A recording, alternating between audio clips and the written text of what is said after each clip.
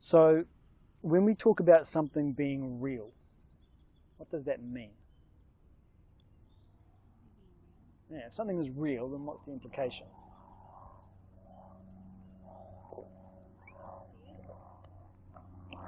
You can see it. You know it's there. What else?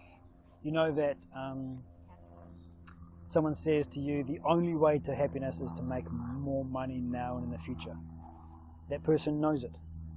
They feel it to be the case. Is it real? For them. Okay, so then what does real mean? Does real mean true for just one person? So then if you want to give the strongest, most accurate, most rigorous definition or understanding of what is real, where do we start? Okay, think of it this way. We often talk about true love, real love. What makes it real? What makes it true? Okay, so I feel like my love to you is real, all right?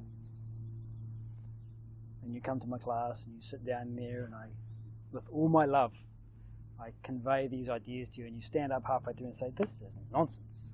You don't know what you're talking about. You're not very clear. You're boring. I can't understand a word you're saying with that stupid accent of yours. I'm out of here.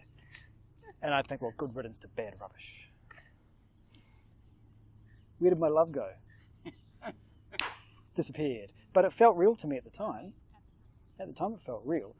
But as I harass you on the way out, you recognize this guy pretending this affection was there. The moment you disagree with him, what does he do? He turns on you. It wasn't real. So then real love is that love which is unconditional. It does not change.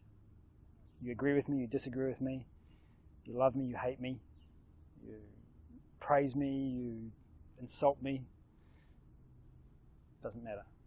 If my love for you stays, irrespective of what you do, irrespective of your reaction or relationship to me, then it's more real. I claim to love my spouse until I come home and find her in bed with the neighbour. Then what happens to my love?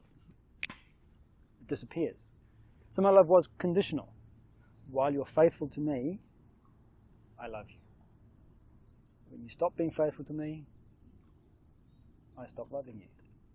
Okay, now we're not saying it's right or wrong, but we're saying let's just see it for what it is.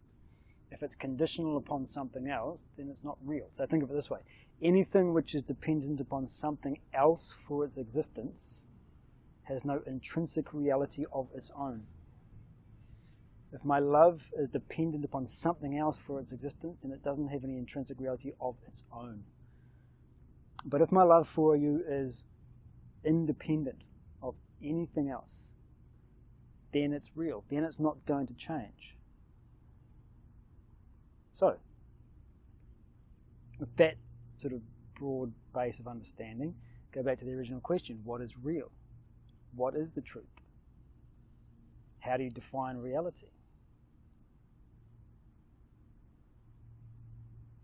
So they stay with the same principle, that which does not change. Something is real if it existed in the past, if it exists here in the present, and if it will continue to exist in the future. It does not change. We'll put it another way. The test of reality is to ask, did it continue to exist in the past? Does it exist now? And will it exist in the future? And if the answer to any of those is no, then it's not real. It's dependent upon something else for its arising and falling. So this is, you might call the test of reality, perhaps rather than the definition of reality. If something changes, it's not real in the highest sense of the term. So then this is what Jnana Yoga is. It's looking for that thing which does not change. So then, think of it this way. Look at your experiences. So remember that Vedanta is a subjective science, so we're looking into the nature of your experiences. When you're very, very young, sometimes, who are you? You say, I'm a girl. A number of years later, who are you? I'm a young woman. A number of years later, who are you? I'm an old woman. Girl, woman, old woman. Now, the girl is not the woman, and the woman is not the old woman. But they're different personalities. Clearly, the bodies are different. You know, the material that made up the body of the little girl has been sloughed off and discarded and thrown away over a number of years. And new material has come together to form the old person's body. The mind changes. The sort of emotions and attitudes that a young person holds is not the same attitudes that an old person holds. A young girl can't experience the sort of mature emotions that an adult can. They're just not present in the personality. Same thing with the intellect. Your views, your values will change. As a young person, you're a lefty. As an old person, you're a right wing. Your political persuasions change. Everything's continually changing about you. In fact, one of the examples he often uses in the classes, you know, when you call you've probably never done it, but if you ever call the talking clock, okay, I see lots of furrowed brows, okay. So there's a number you used to call it, da, da, da, da. At the time will be 11:26 and 30 seconds. It never says at the time, or the time is such and such. It's not that you pick up and says the time is, blah. Why not? Because at the moment that it starts speaking, time has marched on to the next moment. It's no longer 11:26 and 30 seconds anymore. The moment, and same thing with your own personality, the moment you say, this is me, the thing that you're pointing at has changed. It's no longer the same thing. So your body, mind, and intellect are continuously changing. Easy to see at the level of the body. All right? Take a snapshot of yourself today. Go and get a picture of yourself 10 years ago. Put them side by side. You will know which one is which. Now, it's not that every 10 years there's a sudden shift. Moment to moment you are changing. Yeah, but you don't notice it because it's so gradual, it's by degrees. But you're continuously changing. So the thing that you're trying to point at, you can't define it, you can't grasp it. It keeps slipping through your fingers. The girl is not the woman, is not the old woman. And yet,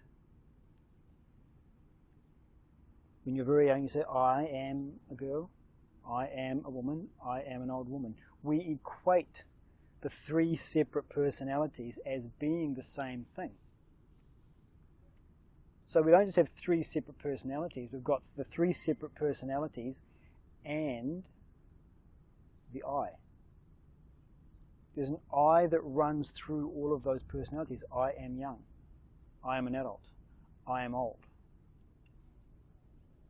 And they seem to be equating all these three things as the same. So when the old woman is recounting, I grew up in Poland. I fell off my bike. It was the young girl who fell off her bike. The old woman didn't fall off her bike. She hasn't ridden a bike for 30 years. But we claim a sense of ownership or a sense of identity with all of these different personalities. So the personalities are changing all the time. Body, mind, and intellect are constantly changing. So you're right. I'm not real. When you say when you're talking about that referring to your body, your mind, and your intellect, yes, you're quite right. Won't last forever. But in and through those changing phenomena of body, mind, and intellect, there is something that is unchanging. I. When you're in a dream, who's having the dream? It feels like I am. And then when you wake up, who's in the waking state? Well, it feels like I am. But again, the waker and the dreamer are completely different personalities. You know, you can have a dream of yourself as a different gender, as a different species. I know someone who tells me he dreamed he was a squirrel, I think it was. And he had that perspective. He was down at ground level. He jumped and sailed through the air beautifully and landed on a branch or whatever it was, you know. He was not only was he a different gender, he was a different species. And yet who was the squirrel? I was, apparently, according to the waker. So I am a squirrel. I am running away from the dog. And then when you wake up, I am a man, I own the dog, etc. So you get these changing experiences, but what you find is within them an unchanging sense of I. Right? So now we're starting to get into this idea of, again, Sanatana Dharma, that thing which is eternally present. It doesn't matter what your personalities are. The I is not dependent upon your personalities. Your body, mind, and intellect can and will change. The sense of I is not dependent upon those. So there's a great story which is often given. There was a king in ancient India by the name of Janaka. And the story goes, he was a very spiritual guy. And the story goes that he went to sleep one night and dreamed he was a beggar. Begging on the streets, asking for money and all the rest of it, asking for food. Woke up and recognized, I'm in my palace, I'm the king. But there was more to it than that. He wasn't able to just recollect the contents of the dream. That we can normally do, right? I dreamed I was a squirrel. But there's usually something, in fact always, something that we can't grasp from the dream. And that is the sense of reality that we attributed to it. You know, when you're dreaming that you're on your way to the airport and you're half an hour late and you're anxious that I'm not going to get on my flight, it is absolutely real to you in that dream. I am late for my flight. It's totally real. The moment you wake up out of it, you go, oh, thank God, it was just a dream. It's lost all of that reality. And so you just dismiss it. Just some illusion, just a dream, that's fine, no problem.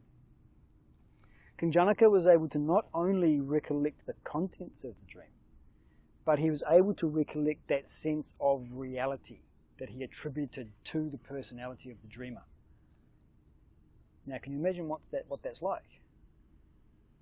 And he said, am I the king who dreamed that I was the beggar? Or am I a beggar now dreaming that I'm a king? Because for him, he was able to, again, capture that sense of reality that he attributed to that personality. Which one am I, the king or the beggar? Is this the dream, or was the other thing the dream? Now, for us, it's easy because that other content, that other dimension of the dream is completely gone. So we know, this is real, apparently. And so he called in his ministers and his counselors and put this to them. He said, am I the king who dreamed that I was the beggar, or am I the beggar now dreaming that I'm the king? And they also looked at each other and said, look, I don't know. And so they got this Swami in, Ashtavakra. They asked him. And so he asked Ashtavakra, gave him the story and said, am I the king who dreamed that I was the beggar, or the beggar dreaming I'm the king? He says, you're not the king, you're not the beggar. You are yourself. Previously, you were yourself in the form of a beggar. Now you are yourself in the form of the king. So this is pointing again at that unchanging sense of I. What is the thing that is present through all of your experiences as they change? I. Wherever I go, there I am. Whatever experience I'm having, I'm right there. I am. I. What is that I? Short answer is, we don't know. We can tap into it through this, again, through this reflection, through this thinking, through this analysis of our experiences. But the question of what it is, what its role is, what its function is, where it comes from, this we don't know. The path of knowledge is to investigate that I.